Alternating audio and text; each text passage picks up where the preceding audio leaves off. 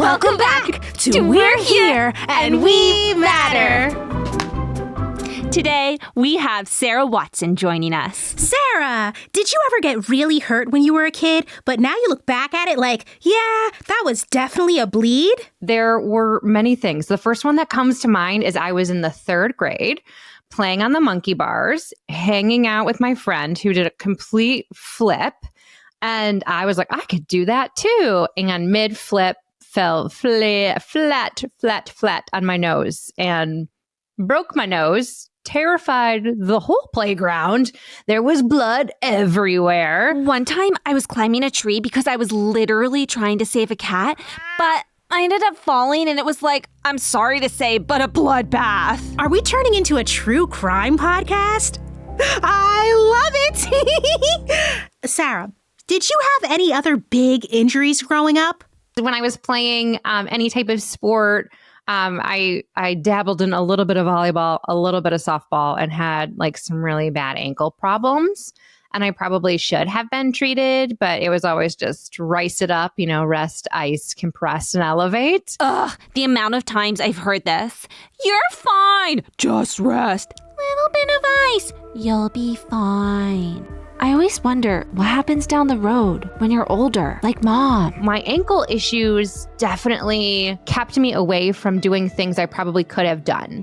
So I probably could have played sports and done well had I had treatment, and I didn't. Would this have been different if you were a boy? Ugh, that question.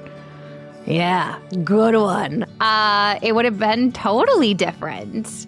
I probably would have gotten treatment when I broke my nose in 3rd grade. I would have gotten treatment because I missed a bunch of school from bloody noses in elementary school.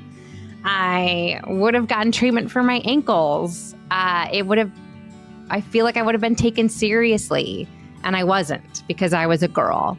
And it was like, oh, it's just growing pains, or it's just normal for you, versus like, hey, you're 15, like, let's figure out what's going on with you. Or, hey, you're in the 3rd grade and you've spent an hour in the bathroom because your nose won't stop bleeding. I missed a lot of school. And I think if I was a boy at that time, like my friends who are boys with hemophilia at that point would have had treatment, and they didn't miss school like that, like I did. So it would have probably changed my outlook on school and math. I feel like it got me because I missed a lot of math. I haven't missed any math, and I still don't like it. I like math. Gross! I think things are changing, but definitely not fast enough. I gotta stand up for myself and for anyone who's not being taken seriously. Advocate!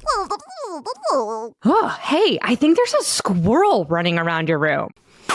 Yeah, that's her brother Squirrel. It's a whole thing. Hey, so we're working on building a worksheet for girls to take to their doctors. What should be on it? One is definitely talk about if you're someone who has their period and you're menstruating, to talk about how long it lasts, how much blood is coming out each day. Take pictures if you can. I know that sounds a little overwhelming, but it's a really good idea to show your doctor. I would also talk to your doctor about if you have any interesting or different aches and pains, and definitely show them your amazing bruises, because I know I've had amazing bruises. So show them yours. And what you do for fun, so they can understand how you're moving throughout your day. I have this crazy bruise on my arm that looks like the fire emoji. So make sure you show your doctor, talk to them about how you got your bruises. I will. Thanks so much, Sarah. Hello? Is this Leo, as in the boy who played Romeo? Leo? Liam. So sorry, Sarah. We gotta go. Thank you. Jess? Hey. Yeah, it's me or whatever. Okay. I think you called me? You definitely called me. I had fun on our pizza date. Me too.